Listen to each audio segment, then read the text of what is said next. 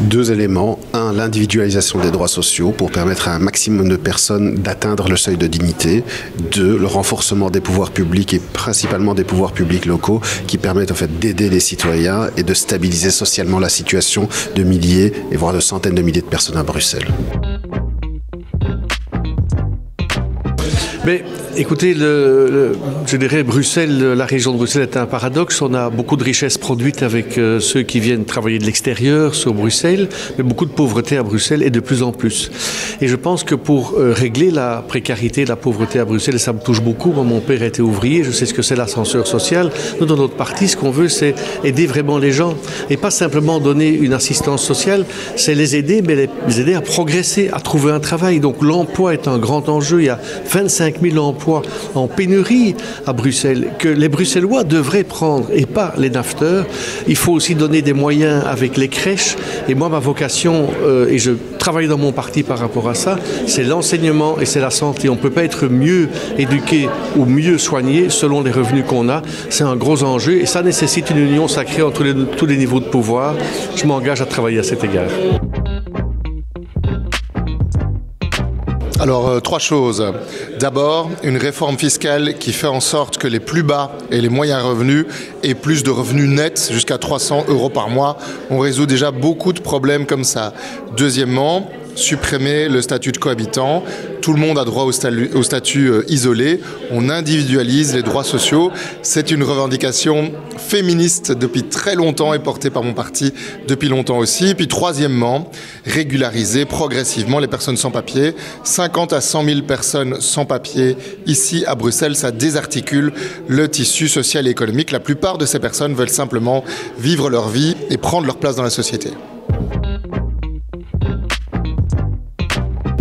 La chose la plus importante pour nous, c'est qu'il faut vraiment agir au niveau du logement, donc les gens qui ne savent plus payer leur loyer. Et donc à ce niveau-là, c'est vraiment le moment pour faire une grille contraignante qui fait baisser les loyers. Comme ça, on donne une bouffée d'air aussi aux finances des gens qui vivent quand même en difficulté dans notre ville. Et donc ça veut dire qu'on doit d'un côté reprendre la ville des gros promoteurs immobiliers qui sont en train de construire des logements beaucoup plus chers et rendre la location beaucoup plus accessible aux gens. Alors chez les engagés pour lutter contre la précarité, principalement des familles monoparentales, c'est ce dont je vais vous parler. Nous voulons absolument qu'il y ait un statut transversal sur les familles monoparentales qui permettra une automatisation des droits et donc de lutter contre le non-recours aux droits. On voudrait aussi permettre plus d'accès à l'information en passant par les associations de terrain et la mutualisation des services donnés aux citoyens. Écoutez, pour moi, ça serait une question qui est liée au logement. Alors, la réalité du logement à Bruxelles est très compliquée. On a une liste d'attente pour le logement social qui est de 12 ans. Ça veut dire que pour les logements d'urgence, on ne sait pas comment faire. Il y a tout un tas de publics qui demandent des logements qui doivent attendre pendant des siècles sur des listes d'attente avec, par exemple, les familles monoparentales qui sont les premières à en souffrir aussi. Il y a plein de propositions qui sont sur la table. Il y a la question du soutien aux agences immobilières sociales. Il y a le bail à 9 ans, il y a tout ce qui est la question du bail glissant, la location loyer, voilà, toutes des choses qui ont été déjà expliquées dans d'autres débats. Mais je pense que l'enjeu aussi en termes de précarité, c'est la question de la cohésion sociale. On est à Bruxelles face à une réalité où il y a vraiment une sorte de fracture énorme qui se voit, même physiquement. Hein. On en parle de Haut-de-Saint-Gilles, du Bas-de-Saint-Gilles, du Haut-de-Scarbeck, du Bas-de-Scarbeck. Voilà, ce sont les stigmates finalement d'un problème beaucoup plus profond.